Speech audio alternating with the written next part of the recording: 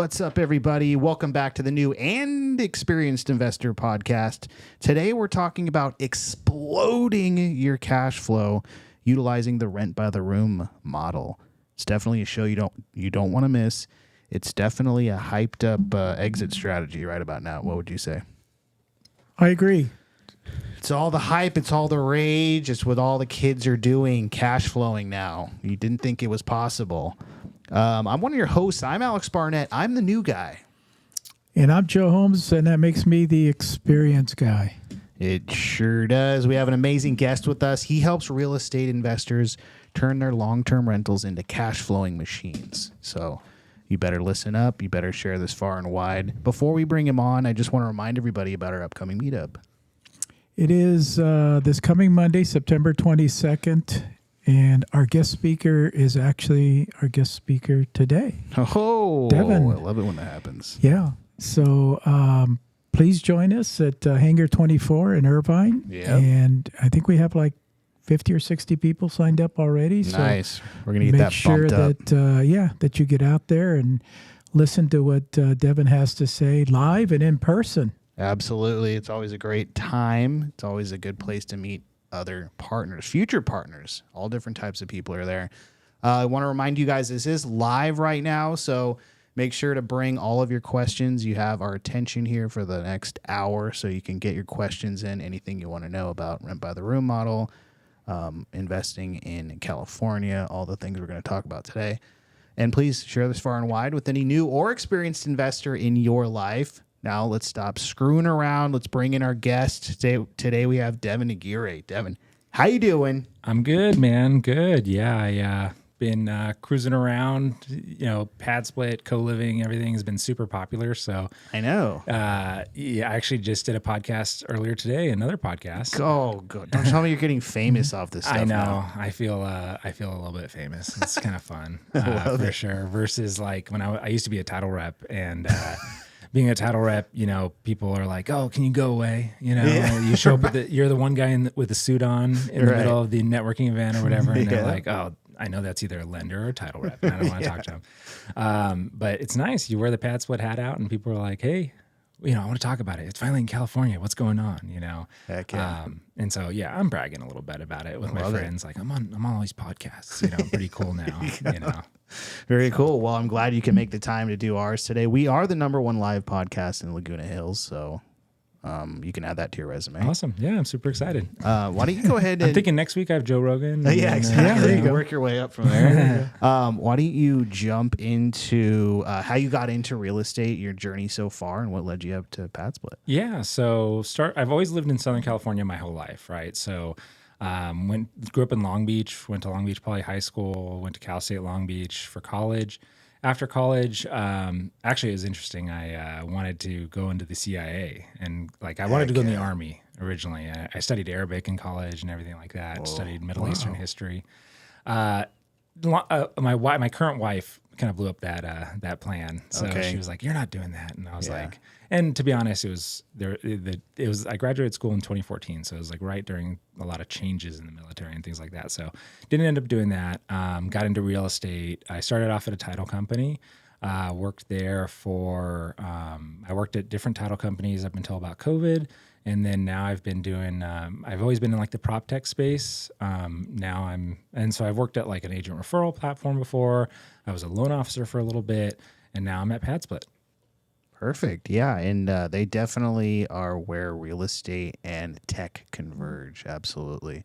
Why don't you go in to, what Padsplit is, what it does, what they do, why they're getting popular right now, all those things. So, huge shout out, everybody come out on Monday and I'll kind of dive a little deeper into what is going on in the market and stuff like that. And I have a slide deck, so I know everybody likes those. Yeah. So like right now it's harder and harder for people to, cash flow in today's environment, right? There's all the strategies are tough to make work, and co-living is one of those new strategies that is not really new. People have been doing a rent by the room model for years and years and years, going back to ancient times, right? So what Padsplit does, though, is it kind of legitimizes it, I guess. We are an online platform at the end of the day. We are just a marketplace. So, a lot of people ask me like, do you do anything physical with the property? Do you, take care of the maintenance and things like that? That's not really what we do, but what we are is we're the marketplace that connects an investor who's looking for higher cash flow with, by doing a rent by the room model with the renters who, want to rent out just a room in a property. And so co-living, that's the fancy word for rent by the room, right? We have a lot of people, it's not like we have like a bank of people that we're going to send into these houses, but we're really good at advertising. So when it's a host, so we call our owners hosts and our tenants members. And when a host wants to list a property on our platform, we advertise it not only on our website, but 60 plus other partner websites like Zillow, a bunch of the Zillow brands. We also advertise it by, we advertise our platform through social media and Google SEO. And then we also screen the members. We handle payment collection. We do a couple other things, like we have a support team for the members and for the hosts. So we do a lot of the people management, but not necessarily the physical property management. So while we don't, come in and do renovations or anything like that, like we do encourage a lot of our hosts to like add extra rooms to their property if they can. And we have a vendor network of contractors and property managers that can help with all those other services. We just kind of legitimize a co-living operation because a lot of people can do this on their own. Like I tell people, like, you don't need Padsplit to do your first co-living property. We're going to make it a lot easier. But at the end of the day, you go on Zillow, you look for rooms for rent, you'll find a million properties doing this in Southern California today.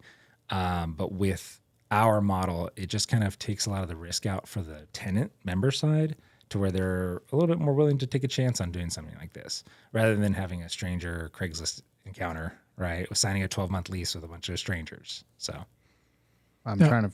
Sorry, what is your relationship with Padsplit? Are you like an investor? Did they hire you to do all this stuff? Yeah, so I am an employee. I'm a full-time Padsplit employee.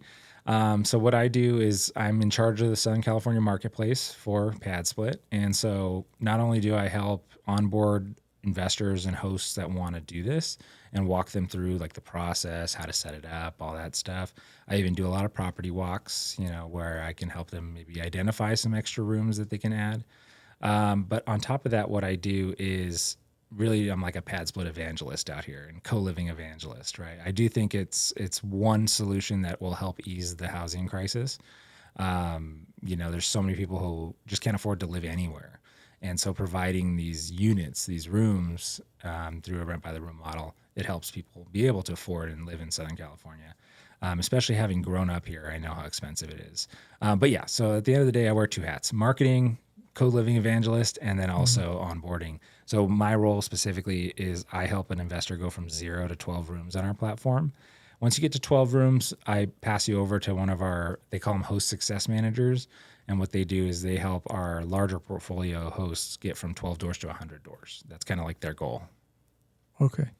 And I've attended some meetups where you were speaking and stuff, and I've heard some other things about Padsplit. This is kind of new to me, even though you said the concept is not new. And I don't think anything's new anymore in real estate. They just bring it back up again. But what was interesting that I heard is, and you said it earlier, you have hosts, which are the owners of the property, and you have members. Mm-hmm. And describe what a member is, because if I heard you correctly, legally they're not tenants, so you don't necessarily have to go through an eviction process. Is this correct? That's actually not correct. So that's so some people think that that's the case, right? They're like, oh, by doing this, I can kind of avoid a lot of the tenant rules.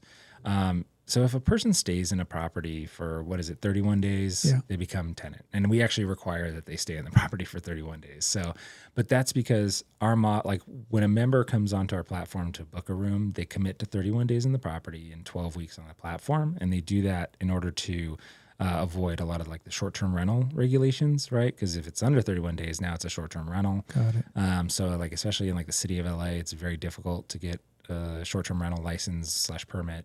You have to pay taxes on that, all that type of stuff. So that's where, and to be honest, like short-term rentals have kind of gotten a bad stigma from city governments and things like that. But we do that commitment with them so that way they do avoid that.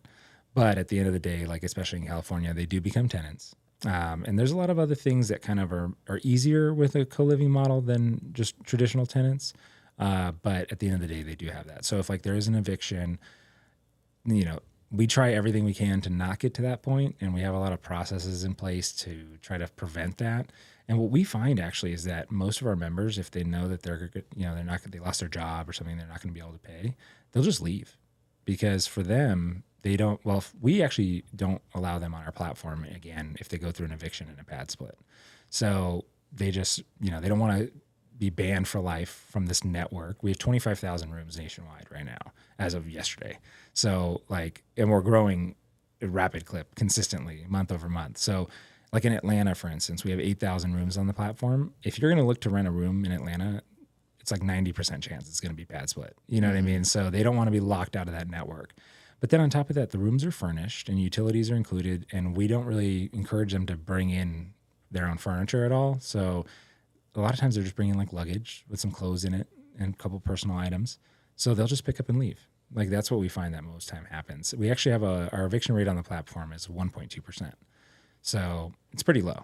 Yeah. And so what kind of vetting do you do, or does the host have to do that? Yeah. So at the end of the day, we have our screening procedures where we do a background check, income verification, credit check, but we always allow our hosts to do more. So we have two ways that you can set up a listing on our portal. Is you can do the standard default, which is if they pass our screening background check and everything like that, they can automatically book a room in the property. But then you can also set up booking approvals where if somebody, in that case, somebody requests to book the room and you have 24 hours to decline it. Otherwise, it's automatically approved. However, during that 24 hours, you can ask any additional questions. You can hop on a phone call with them. You can request, income documentation, whatever you want to make you feel comfortable. And there's no penalty for declining. So I always tell people the fastest way to fill up the rooms, if that's what you're looking for, is to do no booking approvals. But if you want to have more surety in it, and so most of our hosts in California are using booking approvals just because, in another state where it's super easy to get rid of somebody, they might just do the automatic booking, but not in California. Okay. Yeah. I have a property right now that I'm trying to get filled up, and it's like one of the most annoying things in the world. Just having to field all these people, and most of them are not even qualified. Mm-hmm. So, but that's just a regular listing. That's not a it's just a regular listing. Yeah, but I'm saying this is one person I'm trying to get into this place. You know what I mean? So having to go through 8 or whatever it is, it's like just that alone takes off so much headache. Yeah, and the way our process works is the members book the property sight unseen. So there's no showings, there's no appointments. You don't have to worry about people flaking out on you, right? You just send them the code, they move in, and that's it. So that's why I tell hosts, when you list your property, try to be as transparent about obvious issues as you can, because it's just going to be more headache for you if you have people complaining, wanting a transfer on the first day. Mm-hmm. They move in and you used AI to set up your photos and it looks nothing like that in real life. Yeah. Do you get more complaints from the what do you call them again? Members moving in, or the residents around the house? So we don't have a huge amount of inventory yet in Southern California, so we haven't really had neighbor complaints. And to be honest, where we see neighbor complaints is larger bedroom count properties, historically on the platform. Mm-hmm. If you like I said, we started in Atlanta. Some of those properties are 9-10 bedrooms. Right. In a normal single family house. And so the neighbors notice, right? It's going to happen.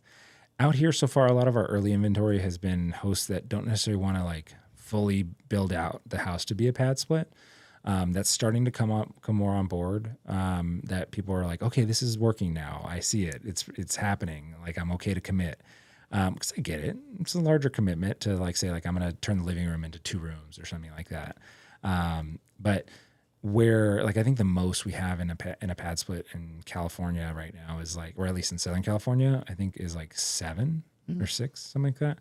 So with that, not many complaints yet. I mean, it'll happen eventually. But as far as the members complaining about first moving in, we do see that every once in a while. But like I said, more so in out of state, because a lot of times the people that are working with me right now in Southern California are people that whatever strategy they were doing otherwise, whether it be like Airbnb, regular long-term rental, isn't working. So like they had already rehabbed the property enough that it's nice enough, it's working. Maybe they were doing a fix and flip and it didn't sell. And so they're like, okay, let's try something else. Where we see initial move outs and like quick transfers is usually like in places where the market's more established and people are just putting anything on to try it.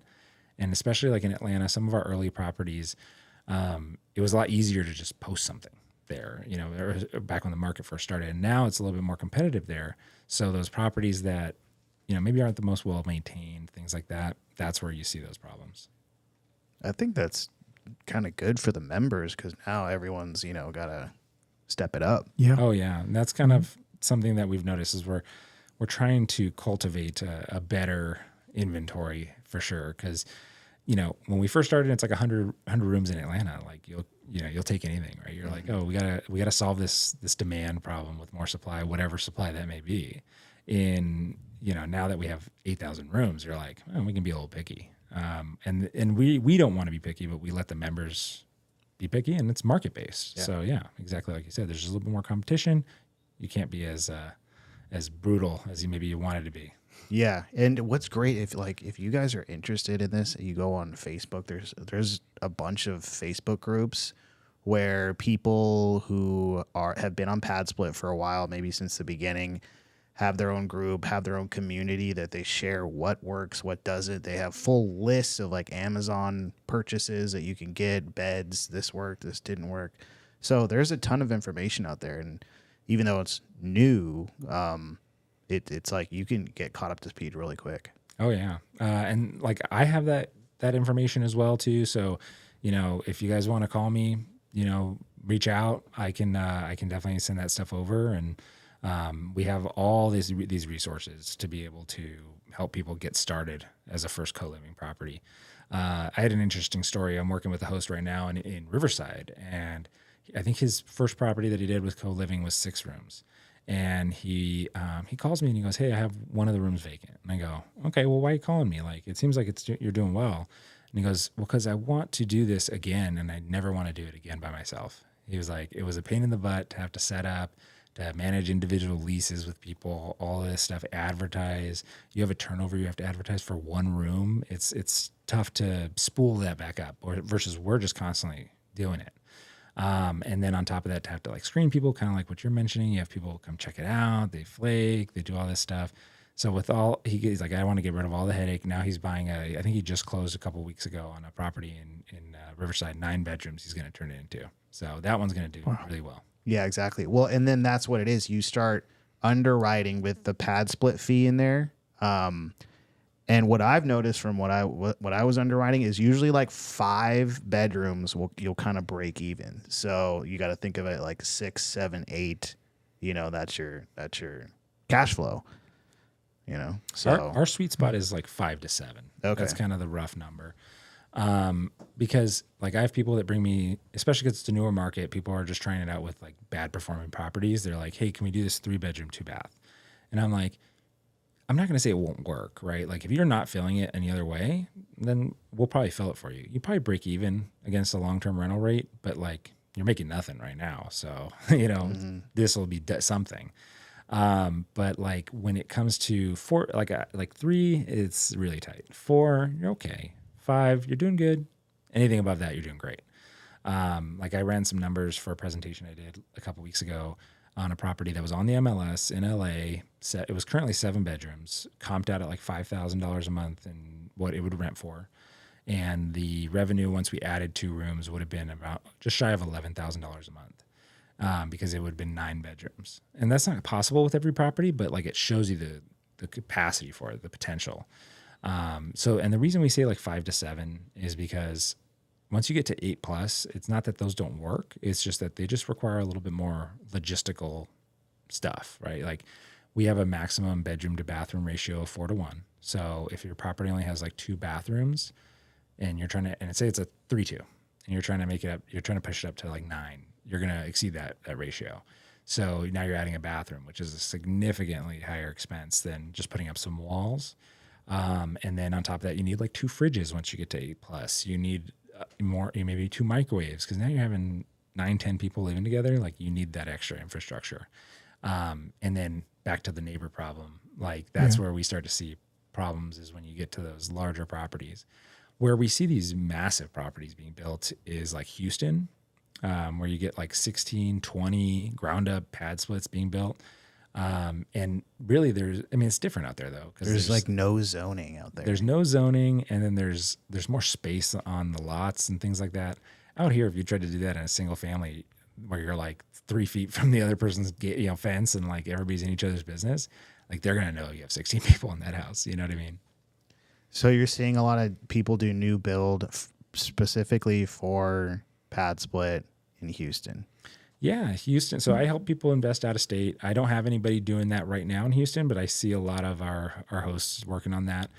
I've also seen quite a few projects that are probably going to come on the platform in LA that are like single resident occupancy buildings where there's like 16 bedrooms, ensuite baths, that maybe they had an idea of, like, when they first built them, like, hey, let's put this on or let's do a transitional housing or sober living or something. And that master lease may not have materialized once the property's finished. Those are ground up pad splits without having known that pad split was going to be here. So those will do really well, stuff like that. Co-living is just blowing up everywhere, whether it's through us or somebody else, for sure. Yeah, absolutely. I mean, it makes sense. It's especially with the interest rates, the payments people get, you got to get creative. Oh yeah. But don't worry, the rates came down a quarter point, right? Oh yeah. Thank God. Right. Yeah. Without naming them, I'm curious, do you have competition? Not in the same space, I Okay. would say. So really, like, competition would be, we have, like, people say Furnish Finder is a competitor because you furnish your room, but they don't do what we do. They're just like a listing platform. They don't do the screening and stuff like that. And I actually think we work with Furnish Finder to post some of our listings on Furnish Finder. But there's competition in like the luxury space, I would say. Like, I think Blue Ground or something like that is a company that does that, where they cater to like digital nomads, and I think it's like a subscription that you pay for, and you can stay like a month at anywhere around the world. But that's not really what we kind of go for towards. Ours is more affordable, kind of working class, Right. vibes. Yeah.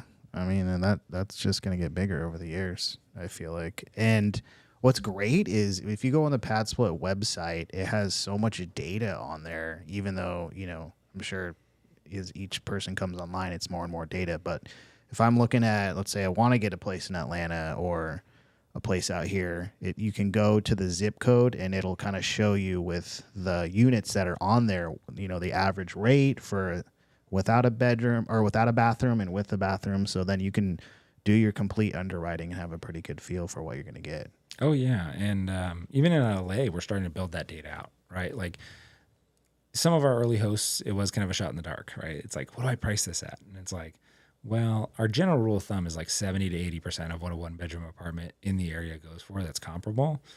But sometimes you get more than that. Like, it just really depends. Like, I do always, every once in a while, get the host that's like, I'm going to make $6,000 a month on this room. And I'm like, that ain't happening. Better be on the beach. Like, co-living's cool, and it seems like magic, but it's not magic. You know what I mean? Like, it's not like people are just going to pay that outrageous amount just because you say they will. But we're building that data out in LA, and it's really interesting. So we have like occupancy numbers, time to book. Like, I was fascinated with the amount of data we had when I came aboard. I was like, this is awesome. Yeah. No, it really helps you make a decision when you're gonna do that. That's really cool. I mean, where do you see it going with like California and the local governments? I mean, do you guys get involved with any of that stuff, or do you have like an idea? Just like these cities are pushing back, these ones aren't, or? Yeah, I mean, I think California is going to be pretty open to it, because really, at the end of the day, like, how do you shut down affordable housing? Like, and it's private, so it doesn't. True. It's a private solution to a public problem. That's kind of like one of my taglines. And it, like, at the end of the day, like, you close down these units, you're going to make people homeless, like, or potentially have to go find something else. So because of the politics here, I think that would be a real bad look to do that. In some of our states that are more right leaning, I guess I'd say. We have had some pushback. We've actually never had a pad split get shut down though for like unrelated occupancy, for instance, just because of the lease structure that we have. But like even in Atlanta where we started, we had a lot of pushback from the cities, like from zoning and all that stuff. And we're still operating, we actually have a lot of dialogue with the city now. We have litigated some cases and stuff like that to where we make sure that it works out for our hosts. But as far as California, I've actually already had some conversations with some city officials. They've reached out to me. They're like, hey, I like this. This is awesome because they don't have to spend any money, right? The city of LA, though, might not like it because I think they have a stake in the pie, I think. Right. Oh, yeah, exactly. Well, I mean, I just saw the thing, the SB 79. Did you see that passed? Where they can build within residential areas. They can build multifamily near transits, and it's all this stuff. And people were like, "Yeah, this is going to solve the housing crisis." But then the mayor was like, "No, we don't like this." You know what I mean? So even though they passed this, then they're gonna get pushed back here. So then nothing ever gets done. Maybe. But. Well, because I'm sure you guys have seen the videos, right? Like that people are like, "Oh, there's all this corruption around affordable housing, government built units and stuff like that." So I won't comment on that, but I think a lot of cities are going to like this because it's going to dramatically reduce like the amount of people that are working people that are just like living in their car and stuff like that, or maybe just help alleviate some of the rental rates on like 1 bedrooms and studios because now there's like another competition arm there. And then on top of that, like there's houses, like I've noticed rental rates are softening in like LA County specifically. All of a sudden I'm like, I do a search every once in a while just to see, just do a vibe check on the market. I'm like, how many houses, 4 or 5 bedroom houses are sitting on Zillow for 90 plus, 120 plus days for rent? And it used to be such a small amount. And now it's like 100, 150, 200. I'm like, whoa. So, and I talked to a lot of investors and they're like, yeah, we're having to do concessions. We're having to do 1 month free, things like that. And both in the single family, but also in the multifamily space. So we'll see what happens. Yeah. Why is that, you think? I mean, I'm not an economist or anything, but I think, come on. I mean, You have an self-proclaimed. opinion. You were in the CIA, No, dude. I think what it is lack of confidence. I think on all ends, right? Like that's why the housing market's kind of weird right now, is I think people don't want to commit because that's what all this whole game runs on confidence, right? I think things will get better or they'll stay the same at least. If they think, I don't know where I might be in 6 months, whether it's with my job, whether it's with my money, then they start to hold back, right? And then unfortunately that's a spiral downwards of everyone holding back, and then it makes it come true. But I think like what you're saying is like 5-bedroom rental families or somebody that would rent that is now like, we can make 4 bedrooms work, or a 4-bedroom might make a 3-bedroom work, things like that. I mean, like I said, that's my little pulse check that I kind of think, and that's kind of what I've been hearing out there. Or that that I actually was talking to another real estate investor agent in LA earlier, and he was saying that what he thinks it is that everybody's kind of like from the landlord space, people are nervous about people leaving in vacancy. So what they're doing is they are making like the bare minimum increases in their rent to keep the existing tenants. So those people aren't moving and creating that turnover that like helps keep the market going. So that was another take. I don't know. Yeah. Do you allow families? We do not. Okay. So, but that's where like a 5-bedroom house that's sitting on the market for 120 days, that's like an ideal pad split, right? Because what we do is we help people in that case. We say, now you can rent out room by room. So like the classic example I say is like, you're trying to get $4,000 a month for your 4-bedroom house, right? And maybe it's not renting, it's not filling, or you can't find anybody qualified. And you've been vacant for 6 months, that's cost you $24,000. Maybe not in hard cash because maybe your mortgage is $2,000, but opportunity cost, right? So you're like, well, what can I do? I can lower it to $3,000, but then now I'm locked in for 12 months at $3,000. What if the market recovers in 3 months? I don't want to be the first one to lower the rate either. So what we do is, we'll rent it out room by room, and now maybe you're making $1,200 a room times 4. Now you're making $4,800 a month. Or if you had a 5th bedroom, now you're making $6,000, right? You had a 7th bedroom or a six bedroom, you're making $7,200 a month. And so that's where the numbers really scale fast. But it just depends on the property. So we do not allow families. It's singles only in the rooms. So, well, we leave it up to hosts if they want to allow for double occupancy. So you can have like your wife, your girlfriend, your boyfriend, whatever. But what we definitely don't recommend is allowing kids.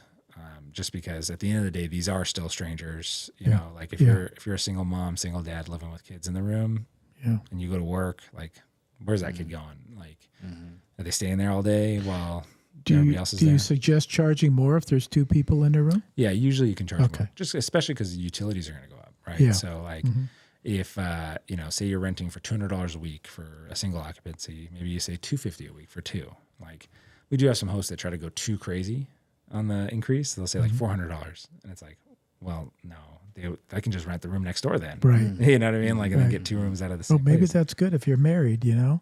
Yeah, that's true. You're like, hey, babe, you got to rent your own room. I mean, we're going to be right here next door. But you're next door. Yeah. So you get your own space. And then we have a storage room now too in this rental. But yeah, I mean, at the end of the day, we also don't set prices. So we just provide the data and the recommendations, and the hosts set their own prices. So if they don't want to do an upcharge for double occupancy, they don't have to, right? And I think it really depends on where the property's located. Like, if you're on the outskirts of San Bernardino or something, and you're having a hard time filling the property, maybe you're like, I'll allow double occupancy just to fill it up, right? But if you're like in Koreatown or Anaheim, you're like, no, singles only, because I don't want to deal with the headache. Yeah. Are there some cities that are jumping out as, somebody wants to go after this podcast and look for a place? Where should they be looking right now? Is anything jumping out to you? City-wise, I mean, I think personally there's a lot of opportunity in the IE, because I think the acquisition cost is less. So it depends on what you want to manage, right? Some people want to manage something locally. So say if you live in Orange County, you're like, I don't really want to go to the IE to manage a property, so I'll stick to something in Orange County.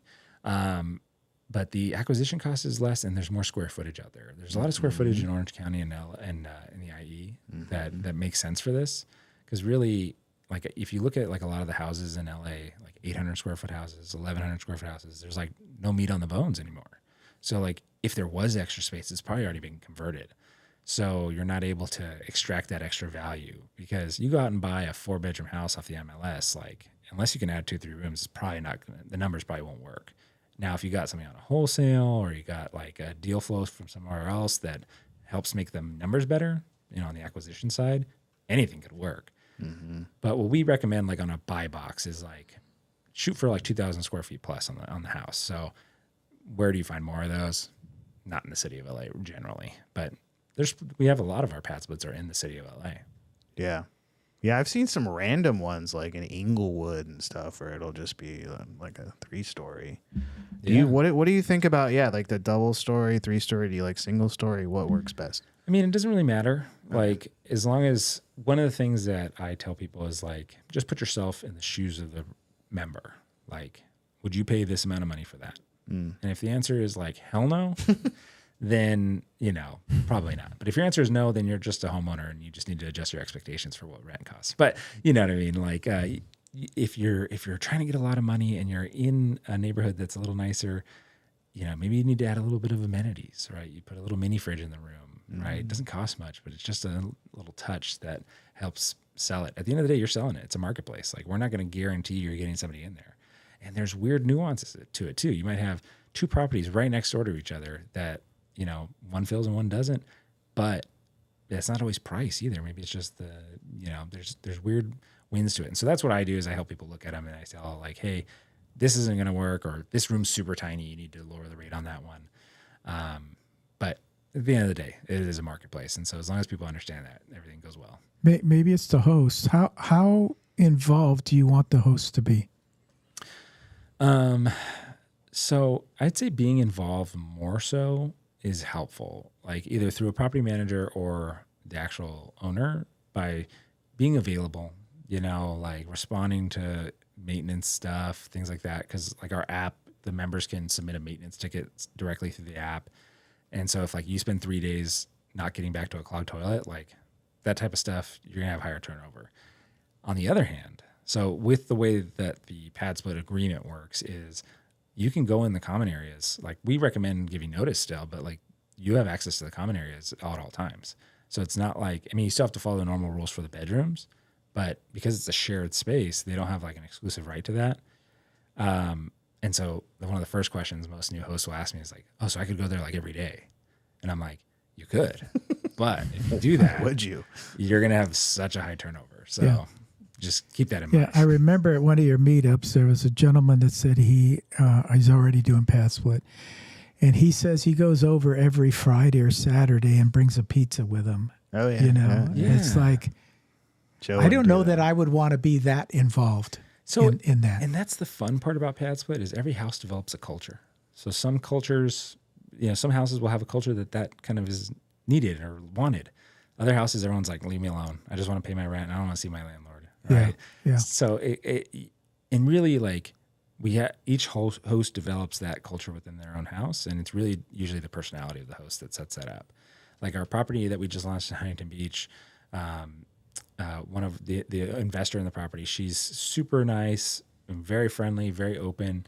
And she said, she's like, I want to build a community out of this place. So that's her goal. She's like, I want to do this. And then like, I talked to somebody in LA that's like, I was like, hey, like, I don't know if this property will really work. And she's like, I don't care if I lose money. I want to help these people. I'm like, I love that for you. How can I find more people like that? You know what I mean? Right, yeah. But most investors are like, how can I make more money? Let's lose money every month. Yeah. Why not? I don't know. Yeah, I mean, I would probably do that maybe if you're going to raise the rent or something. So you go over there, you throw a barbecue, beers around, and then at the end of the night, you're like, hey, I'm going to be raising the rent like $50. That's cool, right? Yeah. Now, do the hosts notify them, or do they call you and then you tell them? About rent raises? Yeah, renting. So they just update it within the app. So it's all technology based there. Oh. So it kind of removes a lot of the awkwardness. I don't have to talk to this guy if I don't want to. I mean, he could leave. Maybe well, the yeah, pizza isn't I good understand, enough anchor. Like, yeah, okay. So I'm raising your rent. Yeah. yeah. So at the end of the day, like there's so much nuance to it. So like kind of like at some of our meetups, I've heard like they have the house mom, house dad that kind of like informs on all the bad stuff that goes down and stuff like that. And so the host will like give them a gift card to help take care of them or a discount on their rent. Or I've heard so many stories of like, oh, this member was kind of going to start struggling with the payments. So they said, hey, I see you have a lawnmower. Can I cut the lawn every week? And then you cut me a break on the rent. And they're like, sure, I'll take $20 off a week. And then you do the lawn. Now I don't have to pay the $100 a month for the lawn guy. Stuff like that. That's really customizable. It's kind of like AI. He just fired the lawn guy. Yeah, he just got outsourced. Yeah, he just got outsourced. One of my favorite sayings when it comes to AI is I like to see stuff like a robot doing something new, and I just like to say like, "Oh, there goes your job." Right? Exactly. Like I always remember the Boston Dynamics robot grabbing the cardboard box and taking it off the shelf. And my coworker at the time in the cubicle next to me used to do warehouse jobs like that, and I go, hey, Daryl, there goes your job. Yeah. And it's like, it's bad out there. I think they already have a barista too at LAX now, like a robot barista. So there goes that job. Or the Waymos are everywhere right now. Yeah. I was fighting them in Culver City yesterday. Yeah. I was driving around. I was like dodging all these Waymos. Oh my gosh. Well, let's go over some, I guess, some do's and don'ts that you give, it's like maybe a new host or something, just a basic do's and don'ts package. Yeah. So it's very much so like selling your house is what I would say. So like when you're listing your property, take good pictures because, it's one time. You just take, if you want to hire a professional, do that. You take nice pictures. What does it cost? A couple $100, right? But you have those now going forward. So many times hosts will take pictures with their like flip phone from the 90s or whatever, and it's like a blurry potato, and they're like, why isn't it booking? And I'm like, you're not selling it. Like the way the members look at these houses is they're just looking on their app and they're seeing 4 at a time. And based on the pictures, what they're going to click, it's like Tinder for housing, right? They're going to go, oh, I like the picture of that one. Click. And then they get the description. So the description is also important, but like there's the title and the photo. That's important. And so our software will automatically generate a title and a listing description for you, but definitely you got to fluff it up a little bit because it's just generic. It's like, hey, 1 bedroom, utilities included. And that's the other thing. So because we share the listing out on Zillow, Hotpads, all those other things, Roomies, Zumper, I always tell hosts, like, in the title of the listing, put utilities included and furnished, because the description doesn't transfer over to that stuff. It's like in a tab. Like you have to like click the little caret and drop it down. Yeah. So it just says like, oh, 1 bedroom, undisclosed, address, and people are like, what is this scam, right? So you have to do something to kind of like grab their attention. So I advise all the hosts to do that, whether they listen to me or not. I've seen some really good descriptions Yeah. on there, and people are giving bed sets when you first move in, and then packages when you first move in. I was like, wow, this is getting really nice. So there's multiple levers you can use to reduce vacancy, right? You can have, it's like location, price, and the look of it, right? So either you can be, if you're out in the middle of nowhere, it's just going to be harder. So you're probably gonna have to work on the price and really sell the photo, right? But if you're right in the core of like downtown and you're like, hey, next to everything, next to a bus stop, next to a freeway, that's a lever that helps not have to use the pricing as much, right? Because I think a lot of people are scared to reduce price right away, and I don't really even encourage that. I'm like, let's see what else we can do. But 60 days later, if you still haven't filled these rooms, we probably need to drop the price a little bit, especially if it's in a new market. Absolutely. Okay, so we got good pictures, we got the listing. Anything else? I would say, like, when you're setting these up, you want to make sure that the furniture is like, so there's a couple of different like profiles of hosts that come to us, right? There's the accidental landlord, right? The person who's like didn't want to sell their house, or they want to rent out their house, but they buying something else, but they never really set out to become a landlord. And they're like, okay, well, the new house I bought is furnished, so this is perfect. Like, it's already furnished, ready to go. And they say, like, can I just use this furniture? And I'm like, yes. But if you have your grandma's wardrobe that you're going to be so upset if it gets like a key scratch in it, like, get that out of there. Like, that does not belong in a rental property. Like, people forget that this is a rental property at the end of the day. So I just say, like, you want to have something that's not going to break the first time somebody touches it. So don't go super cheap, but you don't want something that's like $10,000 that you don't want to replace either. So that, and then one of the biggest recommendations that I always tell hosts is use smart locks, or at the very least, like punch code locks. So many hosts are like, I don't want to spend the extra $10 per lock, because you do have to lock each room, right? Yeah. Like, this is like their apartment, it's just the room. So they need a way to lock it when they leave. So I tell people, use it. You can either do the Wi-Fi lock, or you can do just a regular punch code, but don't do a keyed lock. And then I've had hosts that are like, I'm just going to do the keyed locks, it'll be fine. A week later, they're like, I'm changing all the locks. You were right. And I'm like, yes, because somebody loses their key. They're calling you at 2 a.m. Hey, I need to get in, blah, blah, blah. Or you have a turnover, and it's like, hey, I got to rekey or relock anyways. Yeah. Versus, a lot of the people that come from Airbnb, it makes sense because they just already have that stuff and they're familiar with it. But that's a huge recommendation. That's huge. Yeah. I mean, and you can do that on the front door as well, right? So so that's what. So like I said, once again, some people do a keyed front door, but I recommend doing that as like, you have your front door digital lock, you have your room digital locks, and I mean, they're not even that expensive anymore. No. What are they, like $50, $60? Yeah, they've already figured it out. Yeah. So wow, that's really good. Really good stuff to get started for sure. I want to get this going with mobile homes. Is that possible? So we do allow it in mobile homes, just not in parks. Right. So it would have to be like fixed. No, own land. Yeah. Then yeah. Brand new mobile home. I got a buddy, he told me they can do like duplex mobile homes. Yeah. So you could probably get like, we're creative. We're just as creative as you want to be. So Nice. if you want to, if you have unique properties, like, that's actually where we do really well in new markets. Like, we have a property in Moreno Valley that it was like a tract home, normal tract home, 5 bedrooms. I think it was like 2 or 3 car garage. The owner converted the garage into 3 bedrooms, like its own unit with a kitchen and everything. And then stole one of the rooms from the main house. So you had a 4 in the garage and a 4 in the main. And she was having such a hard time filling the main 4 because she wanted 4-bedroom rates in this tract, but everybody paying 4-bedroom rates wants the whole house, not to share a wall and not have a garage and share a driveway with the other guys. So she calls me and she goes, and she's in the Bay Area. So like showing it to all these people, and then they complain because they're like, it's different, and they flake on her and everything.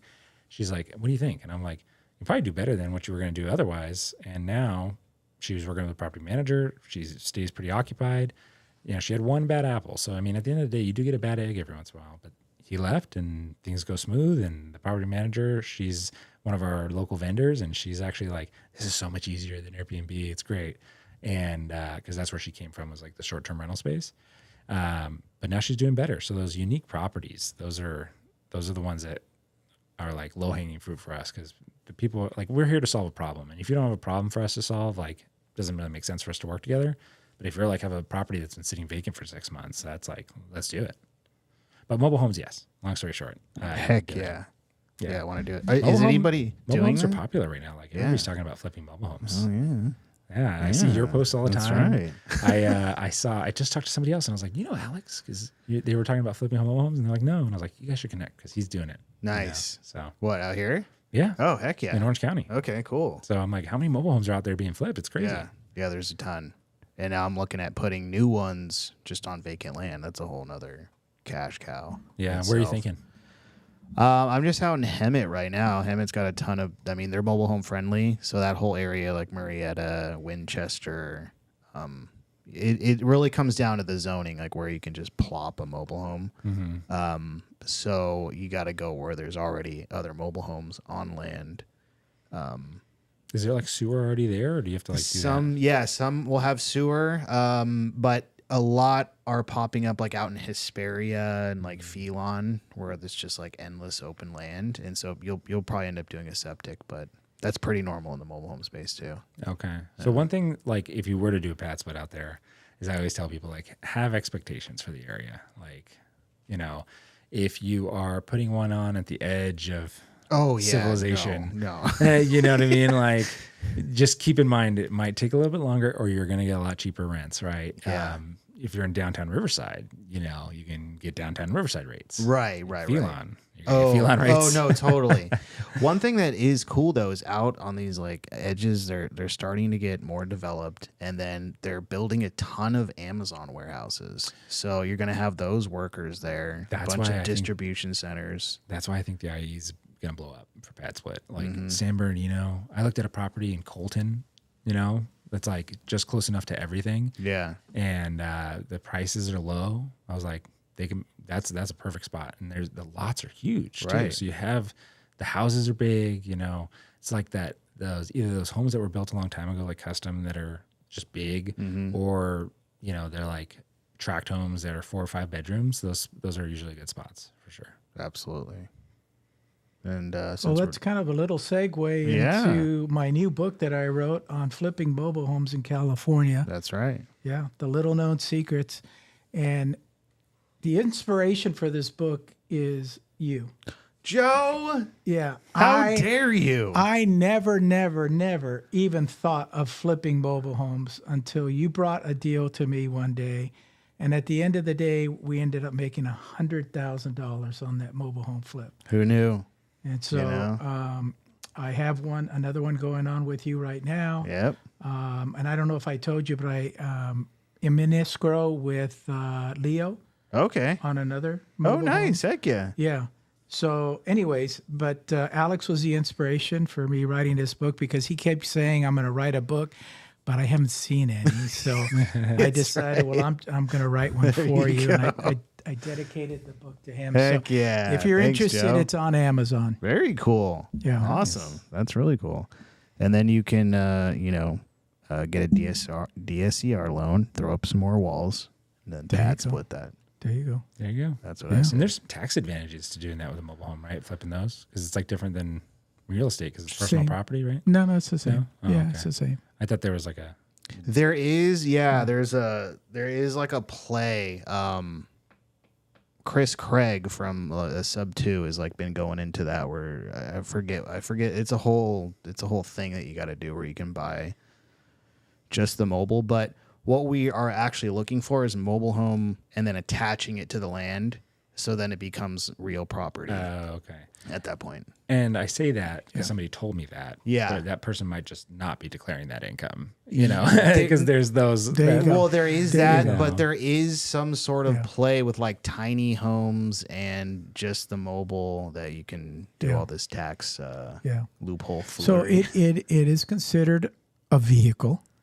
Okay, so maybe that's what they're talking about. Because at the end of the day, when you sell a personal property, you get, a 1099 for, the sales price that you sold it for, and then you have to account for that in your taxes. I don't think we get anything for a mobile home that is not on owned land.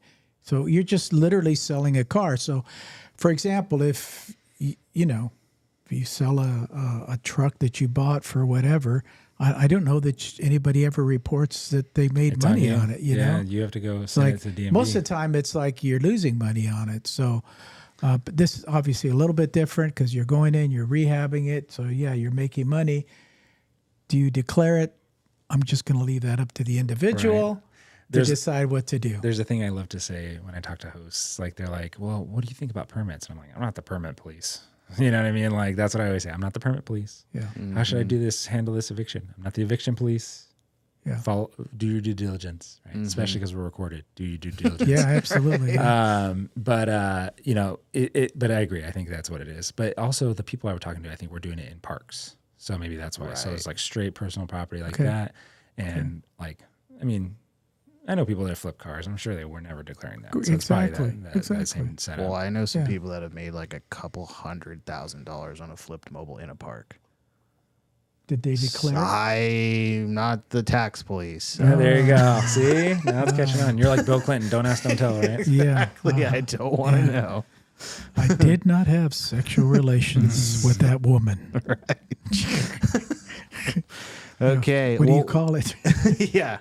We have a ton more questions, but I think we should save some for the upcoming meetup on Monday, where we're going to have like 50 people probably, Yeah, I've been posting it too. Yeah. And I co-posted it on my meetup. I think we're going to get a pretty solid Excellent. turnout. Thank you. Yeah, very cool. And then what's great, when we went to your other meetup, you guys kind of pointed out, you did as well, like some properties that this works because of this, like actual properties off the MLS. Are you going to do something like that? Yeah, Okay. so I kind of have like two presentations that I give that I keep in the can, right?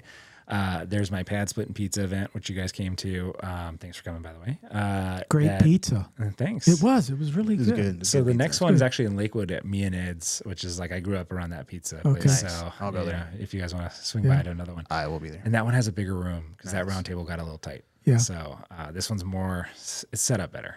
Also, it's hard to find pizza places that have banquet rooms nowadays, by the way. I know. So my October one is actually not at a pizza place, so I'm going to get that delivered. Okay. But anyways, so there's the Padsplit and Pizza, and that's more panel oriented, right? So I do like a quick little Padsplit presentation, and then I have a lender, realtor, and a property manager. Franco is going to be there on the next one. Oh, in the on Lakewood one? Yeah. So he sweet. manages 1,100 doors for us. Right. Wow. Yeah, I've been meaning to link up with him. Yeah. So it's a funny story. I didn't know he was in LA. Right. So everybody talks about Franco. Franco manages all these properties for Padsplit hosts. And I'm like, oh, cool. Like, I'm assuming he's in Atlanta because that's where most of his rooms are. And then Fernando, who was at the Padsplit and Pizza, goes, oh, yeah, he's in Glendale. And I go, how have I not known this? I was like, Franco, you have to come to my next Padsplit and Pizza. So he'll be there. He's going to do a little presentation as well. And then, so that's the Padsplit and Pizza, and that's the one I usually host. When I do presentations with other groups, like what we're doing on Monday, that one it's a little bit more about Padsplit, but more focused on the case study. So yeah, I'll do a case study local to the area. I usually like to keep it like super current, so that way, if somebody wants to go out and buy that property, they can. Nice. Absolutely. Awesome. This is the part of the podcast where we've curated several videos that I want to get your honest reaction on. Okay.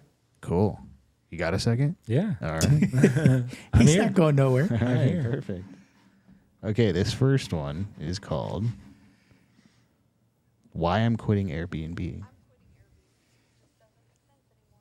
changed recently, and it is the nail on the coffin for Airbnbs in California. SB 584 is presenting a tax like I've never seen before, like higher than the TOT tax. That's kind of wild. Anytime you go to book a hotel or a short-term rental, you're already taxed a transient occupancy tax, and it's usually around 10%. And this new tax is on top of the transient occupancy tax.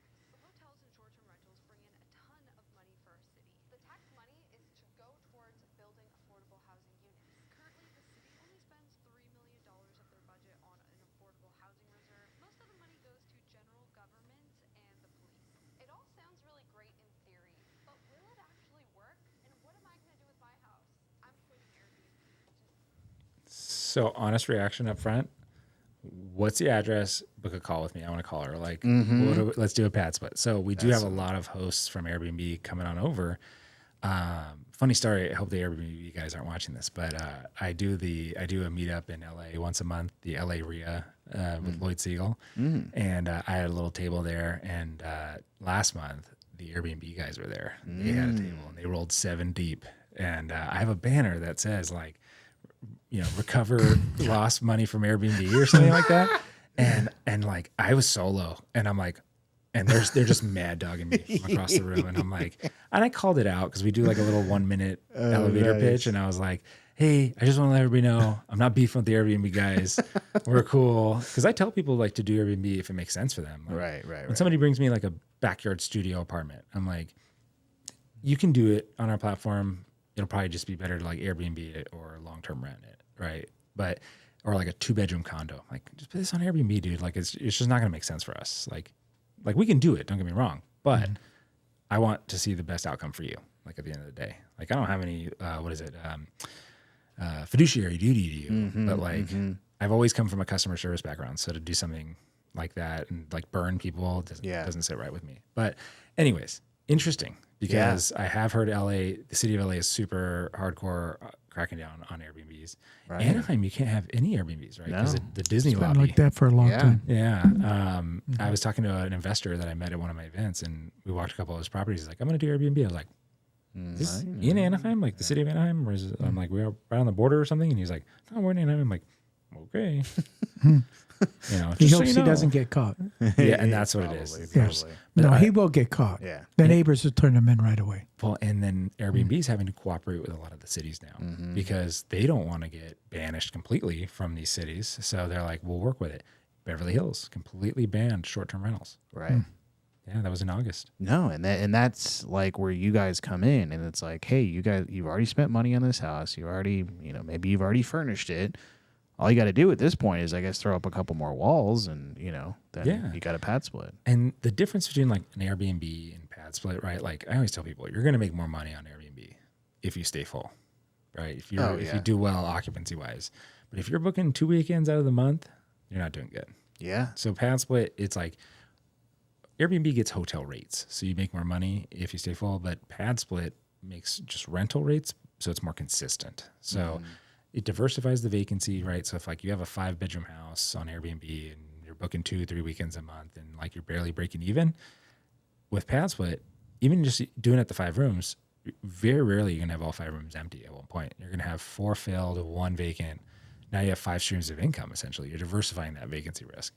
But yeah, I think Airbnb is like kicking people off that don't have a permit. Like you have to upload your permit or whatever. In the city of LA. Yeah, I mean, and you hear from hosts, they've changed their platform a few different times and made it harder for hosts. And so I guess that's always the push and pull of running a site like that. And maybe, Padsplit will have to make a decision like that later at one point to, you got your members and you got your hosts. Which one are you really going to cater to more? Are you going to make it harder for hosts, 10 years down the line when you guys have all this, revenue and valuation and stuff? I don't know. Yeah. I mean, I think long-term, it will always be a fine line that we walk, right? And it's interesting because I will say working for Padsplit is one of the few places in my entire career where it's really win-win. Like the host makes extra money, the members have a cheaper place to live, and then we take a little fee in there too. But, it's like everybody, it's a good solution for everybody. Everybody feels good about it. When I used to sell title insurance, it was like, you always feel a little schemy and stuff like that. But, cause it's commoditized and people would do back, kickbacks and stuff like that. No one's ever done that. Yeah. Never mind. Sorry. It's recorded. I forget. No, but so like, this is one of the few jobs I've ever worked where I'm like, oh, this feels good, And so I will say we're a mission-driven company. Like we are trying to help solve the affordable housing crisis. Do I personally think this is the end-all be-all? No, right? Because what are families doing, right? And maybe eventually we develop something that caters towards more families. But I do think that sometimes, like internally, like we have Slack, right? And I see some people post things that they're like, what if we should do this? And I'm like, oh, you have no concept of the investor side. Like as being out in the market like this, like I'm 100% like trying to balance that like aggressively because I'm talking to hosts and investors every day. If all you're doing is working for corporate and you're like, hey, I'm just thinking of the mission, like that's great. We need to have the mission, but like also we need to keep everybody happy because we can't do this without our hosts. What's a suggestion that somebody that has no idea about investing would say? I almost don't want to say it because I feel Just like hypothetically. I feel like if I say it, I know what's going to happen. Don't say it. I feel like what's going to happen is somebody's going to share this internally and they're going to be like, oh, Devin flamed me on that podcast.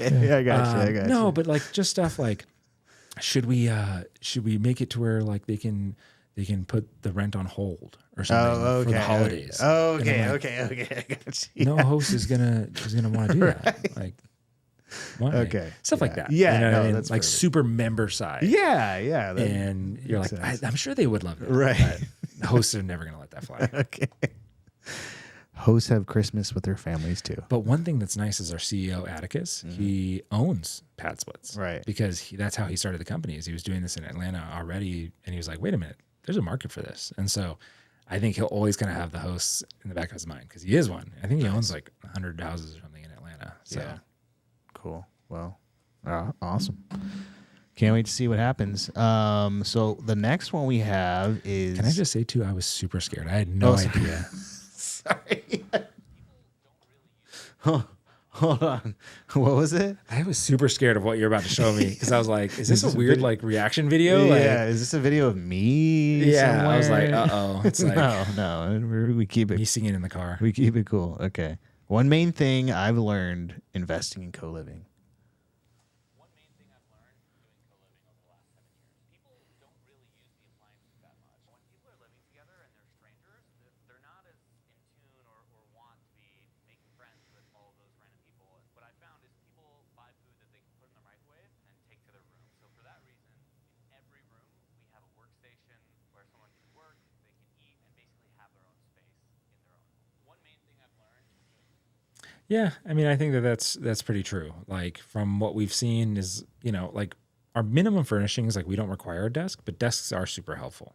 So I always say like, if you have the budget, you have the room for it, I would do it. That's a nice amenity. Mini fridges as well, right? Because then you have no fighting over the fridge food.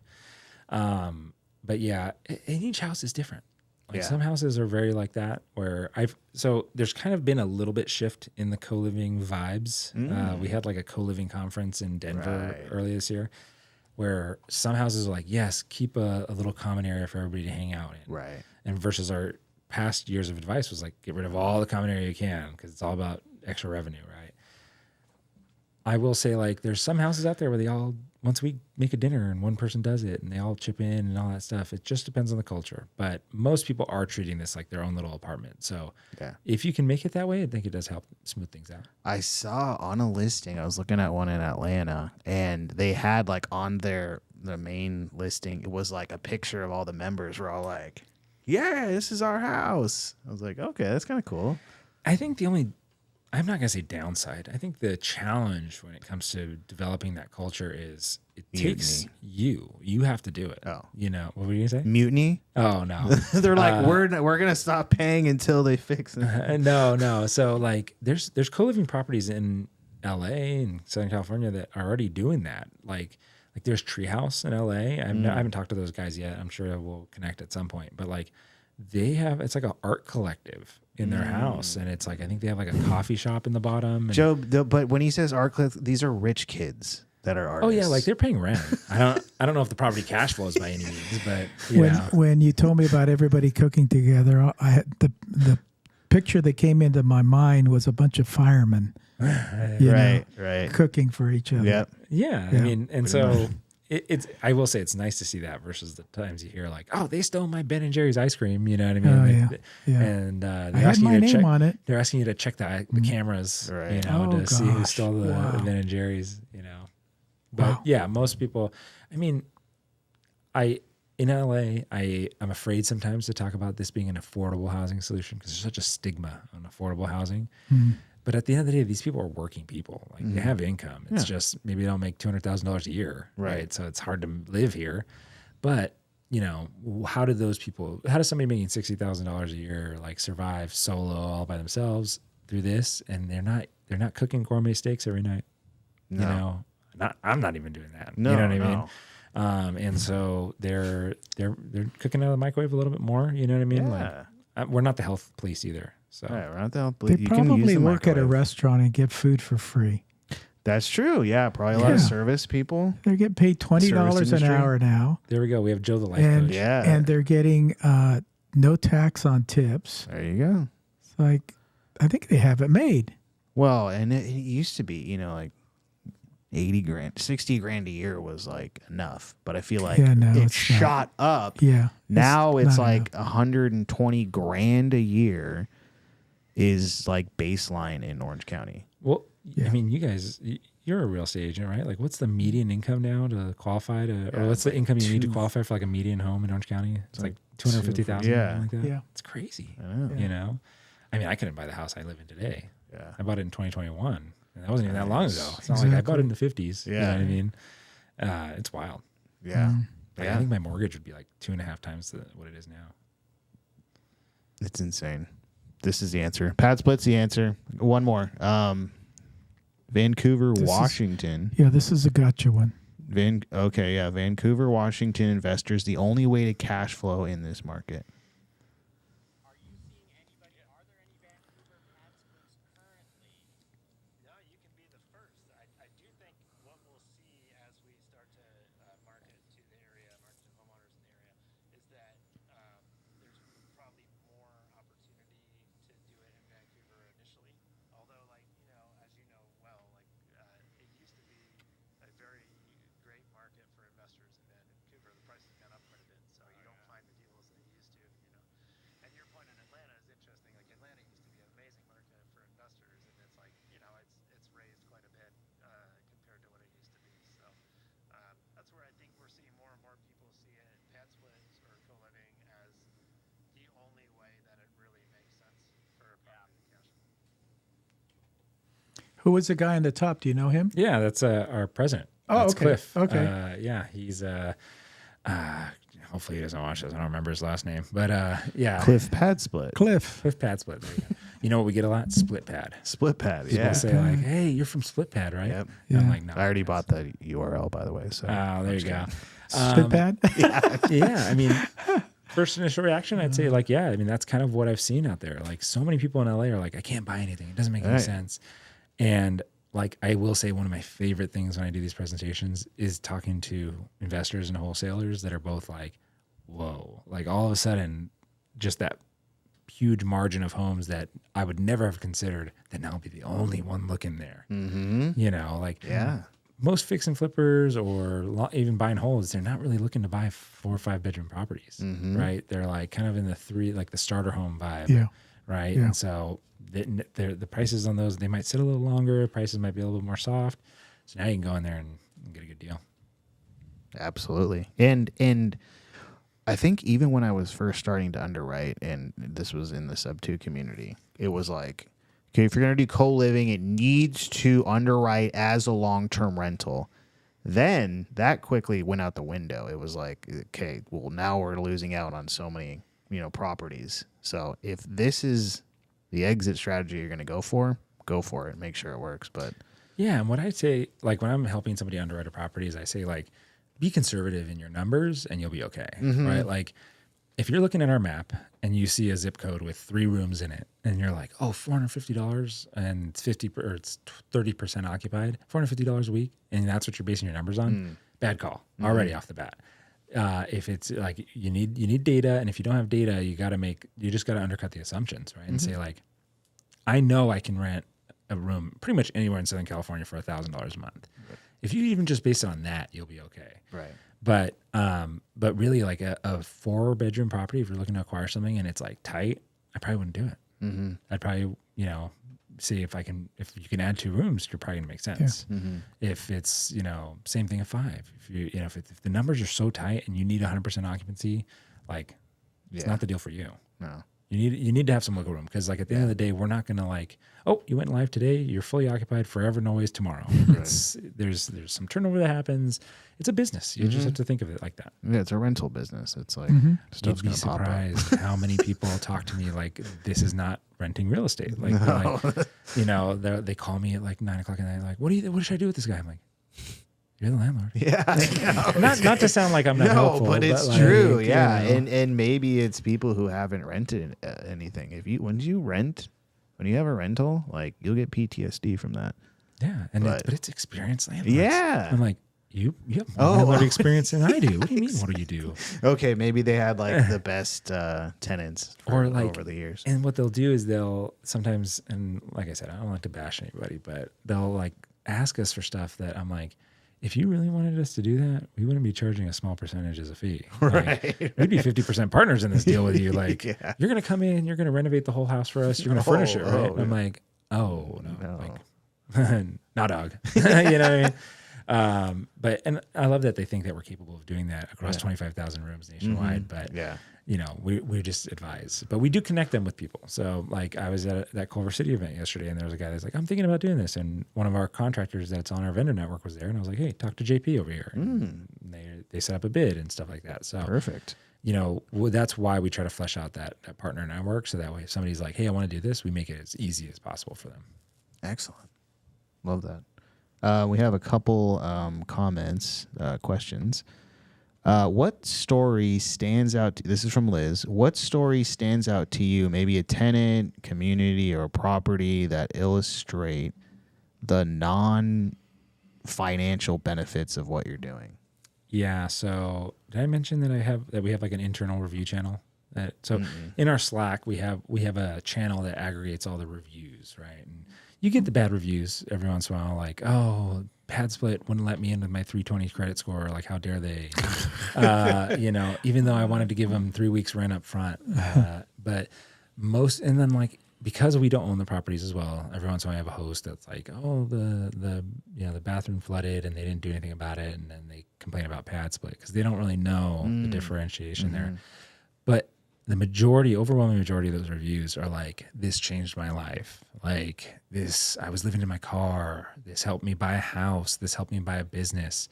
That's the most amazing. So I don't have like one off the top of my head that I could do that, but reach out to me, Liz, and I'll send you some of the top ones that we have. But like just seeing those every day, there's those reviews that come in every day. This changed my life. And like in LA, you know, like we're renting rooms for like $1,300 a month, like for a shared bathroom. Like that blows my mind because it's been since like 2017 I rented an apartment, and even then I was renting for family, so I wasn't paying market. But like I can't imagine that. That's crazy. But when you look at like what a studio is, it's like $2,200. I know. A one bedroom, $2,500. You're like, oh, no insane. wonder they're like jumping at this. Yeah. And to think about saving $600, $700, $800 a month on your rent, you know, that's a game changer. Like in today's world, if you're saving to buy a house at some point, you're going to get married, do whatever. How do you ever put together the nest egg essentially to put a down payment down? You can't do it while paying rent. You know what I mean? At full market. So something like this helps people get ahead, right? I want to buy a limo because I want to start a driving service. You know, how do you ever start that? You have to cut your expenses somehow. And so you either live on the street, live in your car, live at your mama house, or you live in a Padsplit. Live in the limo. Oh yeah, live in a limo. Yeah, there you go. That's how he moves out of the Padsplit. He saves the money to buy the limo. Got it. But you can only live in the front part. Yeah. I mean, you're driving it, so I guess you never have to leave. Okay, and then we have Coach Steph. Where is the most ideal state to Padsplit?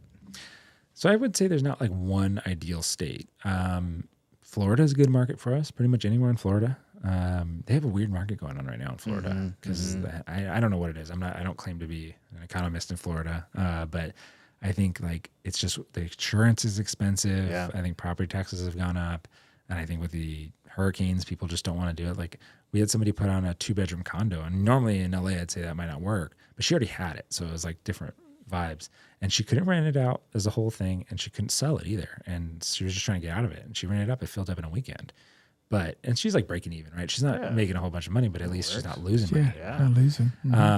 But Florida, Dallas is a spectacular market. I know, like the whole DFW area. I helped a host onboard some properties in Dallas one property on a Friday. It was 4 out of 5 filled by Tuesday. It was wild. great. Charlotte is usually a good market for us because of the purchase price to rent ratio. Yeah, I mean Atlanta is always still like this is their more safe bet market, you know, because we have so much data there. Like Right. the only thing that scares me is like if I'm a new investor and I've never invested in Atlanta, would I go into a market with 400 pad splits in a zip code, like 400 rooms? Right. I don't know. Yeah. You know, but not to say it won't work, but like this is your first time. You're going in with the sharks. Like these people have 10, 15 pad splits out there. You know what I mean? So I'd probably say like starting I get not everybody wants to buy properties in LA, but like Phoenix, Vegas, also great markets and lower acquisition costs.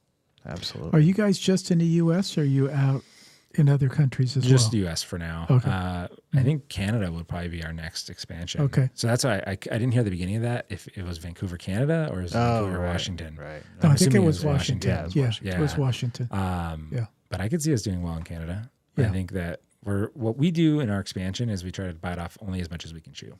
So like that's why I think we open like 4 or 5 markets a year.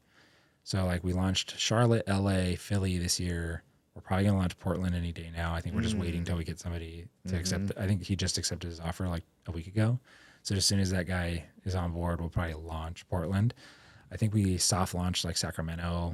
We launched Boston. Okay. So I guess I'm at 6 already. So, you know, and we're probably going to launch San Diego soon. And I was actually talking to our head of growth and I was like, hey, so like, are we going to hire somebody in San Diego? And he's like, well, we have you. Yeah. And I was like, You're like, it's right there on Yeah, the map. it's It's like like right that. yeah, I was like, I better get some more miles on my You're lease. this close. I better see if I can renegotiate the mileage on my lease here. Yeah. No, and I don't mind doing it. You know what I mean? Like once both markets really get going, I'll be happy to hand that off to somebody.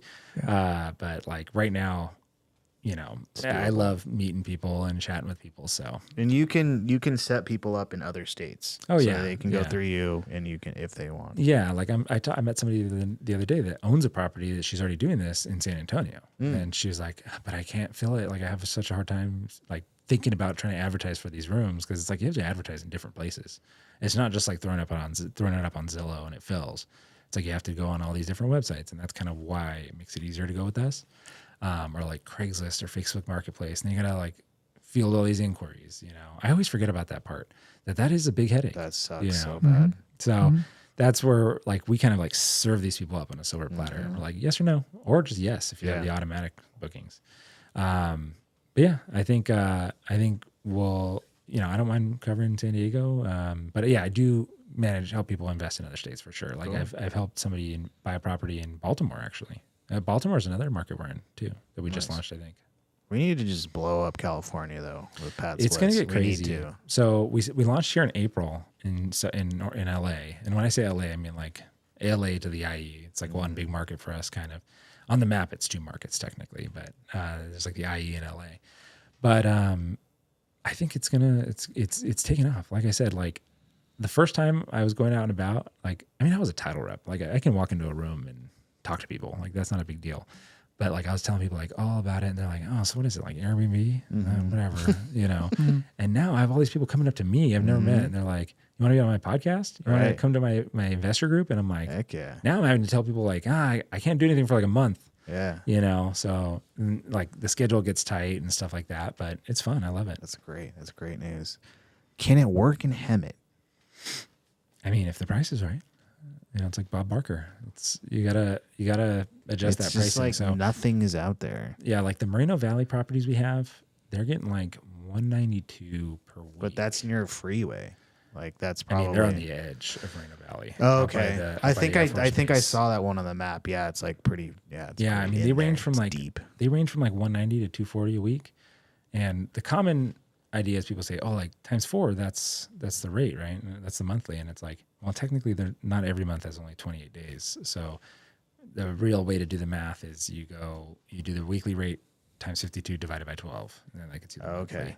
So I think like $300 a month equates to like roughly $1,300 or $300 a week roughly equates to about $1,300 a month. So 250, you're looking at like 800 or 900, I think. All right. So okay. if that can work, 15 bedroom. Yeah. yeah. But you know what I mean? Like Yeah. 9 bedrooms, 7 bedrooms, if that can work at $900 or you underwrite it conservative, say $800 a month, you just have to be where people are. because There's a lot. It's not going to work for you. You only have 2 bedrooms. No. I'm not going to do. This is like a Yeah, no. mobile home in a 55 plus community. Yeah, that's No, I'm not even work. saying for that. I'm just saying in general because I come across random they have random 5-bedroom houses out there. Oh yeah, But yeah, there's just yeah. That a might lot. work. That definitely should work. it's just clientele, but that's fine. Very cool. yeah, and that's the other thing, right? So like some of our early pad splits were like kind of in the hood. Mm-hmm. Like there was one I went to go walk one time, and I was like, I don't want to get out of my car. And that's that's not necessarily bad for pad split because it's Right. affordable. Right. But Yeah. if you are managing a pad split in that and charging that neighborhood rates, it comes with problems sometimes. So like when people ask me what type of neighborhood should I do it in, it's like I say like C plus B. Okay. I wouldn't go A because Nah, some people No, the Yeah. neighbors are annoying at that. that point. and you're like Irvine, for instance. I'm like, it's tough. There's so much HOA and rules and everything like that. Like, I don't know if I'd do Irvine, but I had talked to somebody the other day who was like, oh, I could do it here. Like, I have this property that would make sense for it. And I was like, And that's the end of the day. Like, I don't know every neighborhood. Yeah, You know what I yeah. mean? So that's why I give these broad recommendations. And we have some hosts that are trying to do some luxury pad splits. I tell them, I'm like, I don't know if it's going to work, but you can try 100%, But if you're, charging $5,000 a month for a room, like why don't they go to Yeah. a studio? Yeah, Or one yeah. bedroom. I don't Yeah, know. totally. Do you really want to share a bathroom with somebody? Right. Yeah, it's got to work. Certain circumstances. Mm-hmm. Awesome, Devon. Thank you so much for your time today. Yeah. Thank And you. Having We me, look guys. forward you. to having you in person on Monday. Yeah. So I'm super excited. Yeah, if anybody I've anybody actually wants, never been there before. oh yeah, it's a good spot. I kept seeing you guys have that, and I was like, it just Mm-hmm. kept conflicting, and I never got a chance to stop by. Well, now you get your chance. There we go. You're the if- star. If people want to reach out to you, what's the best way? So I just text me. Okay. I put my cell phone number. I've done that out. I've put it out there for years. So Is it the 213 number? No, it's the Oh, okay. 562 The number. 562 number. Okay. 562-673-3673. Just text me. I'll text you back. We'll figure out a time to chat. The reason why I don't say call is because people forget that they're like, I have these call blocks with people, and then they try to call me, and they're like, how come you don't answer your phone? And you're like, remember that time we had our call block? Yeah. Because I'm talking to other people like that. You know what I mean? It's like, It's like back to back. yeah, like some days, man, Yeah. like same thing back to like in the beginning of this, like I'd be like, oh, I have one call today. Like today I had like 10 calls, like yesterday, 10 calls. It's like, Nice. it's nuts. I'd love it. I love to be in this place, Right. but You need to get AI. yeah, Answer I those literally was calls. talking to somebody. I was like, I need a VA or something. Yeah. Yeah. That's what I got to get because It's only going to get bigger. yeah, it's going to be Yeah. crazy. They've got to be the same questions all over and over again. Yeah. You could train an AI to do that. Well, and that's why I love doing these like webinars and meetups and stuff like that, because then when I actually talk to the person, it's just running the numbers for their house. They get it. Yeah. You know what I mean?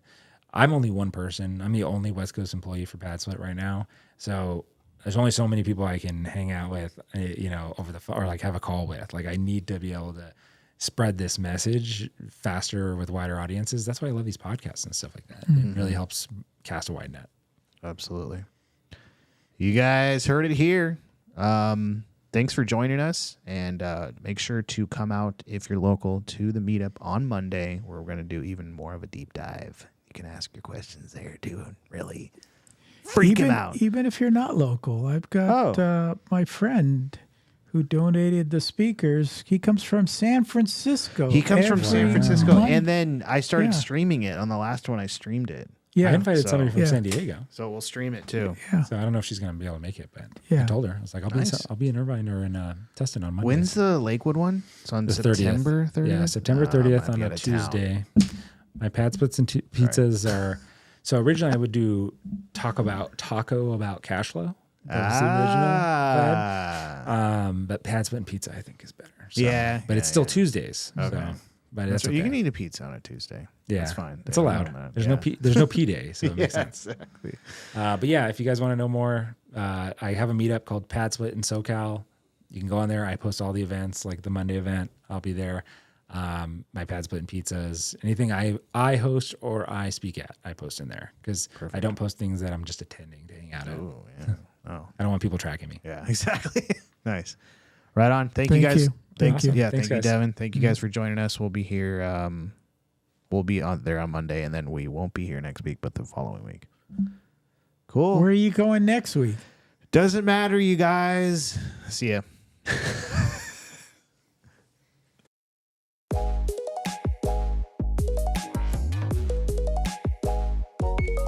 If you want some more advice on real estate investing, reach out to us one-on-one.